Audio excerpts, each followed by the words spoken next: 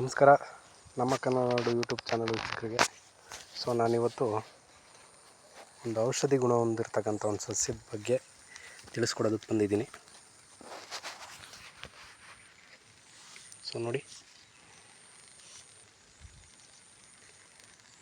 ನೋಡಿದ ತಕ್ಷಣ ಗೊತ್ತಾಗಿರ್ಬೋದು ಕೆಲವರಿಗೆ.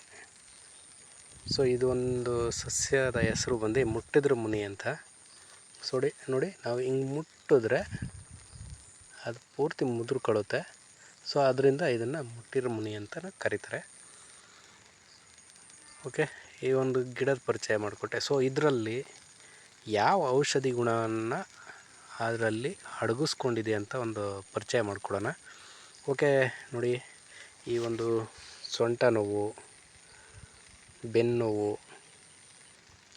ಕಾಲು ನೋವು ಈ ಥರ ಬರುತ್ತಲ್ಲ, ನರಗಳಲ್ಲಿ ಸೆಳೆತ, ಆ ಥರ ಒಂದು ಕಾಯಿಲೆಗೆ ಇದರ ಒಂದು ಸೊಪ್ಪನ್ನು ಕಿತ್ತು ತುಂಬ ನೀಟಾಗಿ ನುಣ್ಣಗೆ ಇದನ್ನು ಮಾಡಿ ಯಾವಾಗಲೂ ಮೇಲ್ಭಾಗದಿಂದ ಕೆಳಭಾಗಕ್ಕೆ ಸವರಬೇಕು.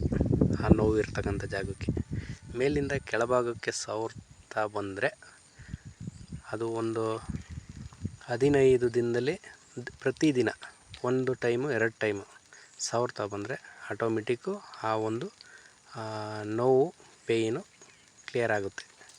ಇದು ಈ ಒಂದು ಔಷಧಿ ಗುಣನ ಹೊಂದಿದೆ.